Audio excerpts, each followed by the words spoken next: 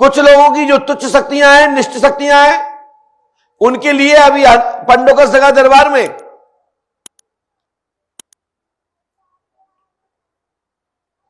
सात्विक फल द्वारा बलि केंद्र स्थल बन रहा है, जहां संबंधित तुच्छ शक्तियों को समाहित करने के लिए, उनको तृप्त कर उनको मोक्ष गति देने के लिए और आप पर से हटाने के लिए अप्रैल तक यह बलि स्थान बन रहा है, जहां फल, श्रीफल के अंतर्गत आने वाले जितने भी बल प्रथा हमारे अध्यात्म पराशक्ति में महापुरुषों योगियों ने जो सात्विक बल के रूप में जीव की हत्या की जगह पर जीव बल के अलावा उसका समाधान निकाला कि श्रीफल के माध्यम से उनका भोज, उनकी तृप्ति हेतु बल दिया जाएगा, जिसको बोलते हैं श्रीफल।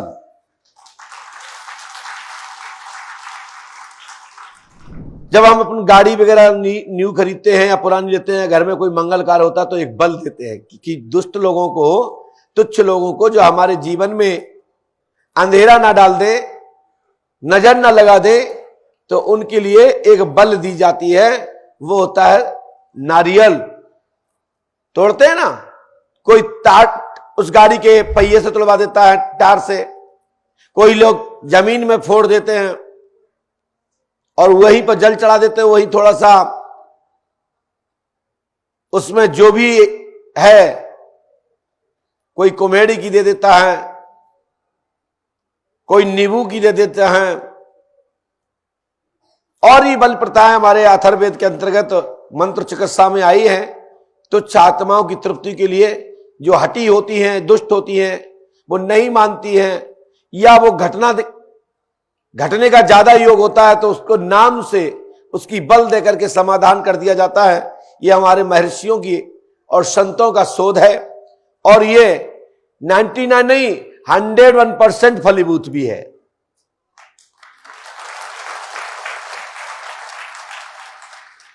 जैसे भी किसी के भी घर में बहुत बवाल मचा हो, परेशानी बनी हो, तो उस अवस्था में बल को क्या करना चाहिए?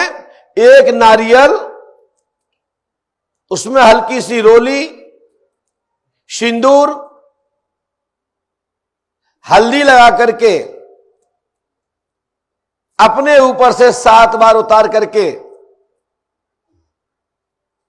उतारना मतलब उन्हें उसारा, निछावर, जैसे निछावर उतारते हैं ऐसे ही नारियल को उतारा करना होता है।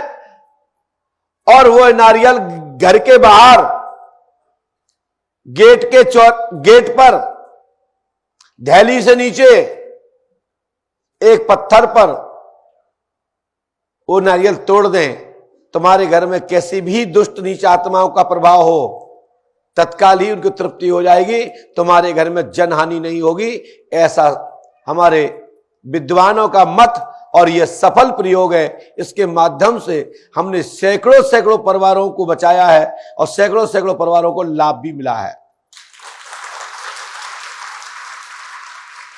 इसमें कोई मंत्र बोलने की जरूरत नहीं होती है, बस यही कहना होता है, जो भी हमारे घर में तुच्छ आत्माएं हैं, जो भी तृप्ति के लिए भोज चाहती हैं, भूखी हैं, जो बल लेना चाहती है, मैं अमुक व्यक्ति का बल देता हूं, वह बल स्वीकार करें और बाहर गेट पे जाकर के परिजनों के नाम लेकर के नारियल तोड़ दें। और हम आपको गारंटी देते हैं कि आपके घर में जनहानि नहीं होगी। अब जो आत्माएं हैं, किसी ने भी भेजी हो, किसी ने कराई हो, उनको खुराक मिल जाएगी और वो तृप्त होकर चली जाएंगे और तुम्हारे घर में जनहानि नहीं होगी। ये टोटका भी है, उपाय भी है, औपचार भी है। औपचार विधि हमने एक साथ समाहित करके बोल दिया है। तो आप लोगों को ध्यान रखना है, समय समय पर हम जो बताते हैं इसको करना चाहिए। और घर में कोई भूतबाधा प्रेतबाधा हो भी तो सफल प्रयोग है ही, और ना भी हो तो भी सफल प्रयोग है कि तुम्हारे घर में कोई भी तुच्छ आत्मा प्रवेश 1 वर्ष तक नहीं करेगी। घर में अपनी कमाई का, अपनी जो मेहनत करते हो, जिसमें जो कमाते हो पैसा, उसका 10 में 1 सवा किलो सवा पाव का घर में वेदी हवन कराना चाहिए। अपने पुरोहित पंडित जो आपका कुलगुरु है या जो आपके संत हैं, उसको अपने घर में लगाएं, हवन कराएं। आपके घर में ग्रह दोष भी, जो ग्रह दोष के कारण जो परेशानियां होती हैं, वो ग्रह भी शांत हो जाते हैं और भूतों के राजा क्षेत्रपाल महाराज भी खुश हो जाते हैं। इसलिए क्षेत्रपाल की पूजा भी करा देना चाहिए। पितरों की शांति के लिए नंदी श्राद्ध इत्यादि पंचभूत महायज्ञ में समाहित, उसमें भी हमारे विद्वान लोग कर देते हैं। तो आपके घर में भूत प्रेत भी और ग्रह भी 1 वर्ष तक तुम्हारे घर में प्रवेश नहीं करते। कोई भी व्यक्ति तंत्र मंत्र कराने वाला व्यक्ति, यदि तुम्हारे घर में कोई तंत्र मंत्र कर रहा है, यदि घर में आपने क्षेत्रपाल की पूजा करा दी, घर में सोम करवा दी और क्षेत्रपाल के लिए आपने डलिया निकलवा दी, उतारा करवा दिया, और आपका जोशी वो क्षेत्रपाल की डलिया को दीप के माध्यम से, चतुर्मुख दीपक के माध्यम से, तांत्रिक विधि से उतारा करके जब अपने चौराहे पर रख देता है, तो मैं गारंटी देता हूं कैसा भी तांत्रिक हो, पूजा तंत्र मंत्र करने वाला, उसका तंत्र मंत्र वहीं खत्म हो जाता है और 1 वर्ष तक वह आत्मा अंदर प्रवेश नहीं कर सकती, क्योंकि सबका अधिकारी है क्षेत्रपाल महाराज। संपूर्ण भूत प्रेत बाधाओं के मालिक हैं क्षेत्रपाल जी। जैसे किसी के घर में जो बड़े बड़े बिजनेसमैन होते हैं, इनके पास बड़ा बड़ा पैसा होता, तो वे क्षेत्रीय पहले अधिकारियों से संपर्क साधते हैं, बताइए जी आदमी कैसा है, इस व्यक्ति के पास धन दौलत कैसी है। तो इनकम टैक्स, सेल टैक्स के छापे लगते हैं। और यदि आपका टाइम पर आपका टैक्स भरा गया और प्रॉपर आपकी गाइडलाइन ठीक है, तो आपके घर में छापे नहीं लगते। इसी प्रकार से आपने अपने कमाई का 10 धर्म के कार्यों में, मंदिरों में, मठों में, बच्चों, गरीब बच्चों के शादियों में, ब्याहों में, बड़े बुजुर्ग जो हमारे वृद्धजन हैं, जो अनाथ हैं, यदि उनको आपने भूखे को एक टाइम आपने भोजन खिला दिया, प्यासे को पानी पिला दिया, राहगीर रास्ते में चलने वाले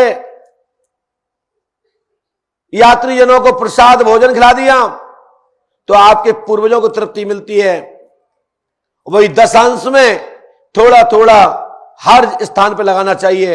यानी 100 रुपए कमाने वाला व्यक्ति 10 रुपए को 10 जगह लगाएगा तो 10 कार्य सद जाएंगे और कहीं ना कहीं तुम्हारा वो किया हुआ दान काम में आ जाएगा। ऐसा महर्षियों की चर्चा है, ऐसा संतों की चर्चा है, ऐसा शास्त्र पुराण भी कहते हैं, हमारे योगीजन भी कहते हैं, आचार्य पंडित भी कहते हैं कि दान पुण्य करना चाहिए।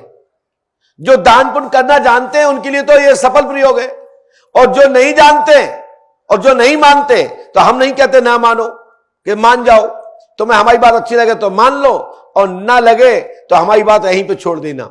हम तो अपनी बात इसलिए कह रहे हैं क्योंकि पंडोकर धाम पीठाधीश्वर होने के नाते और न्याय, सत्य ज्ञान, सत्य मार्गदर्शन और होने वाले जीवन में जो गति अवरोध है, मानव जाति के संकट को टालने के लिए उपाय बताना हमारा मूल धर्म है।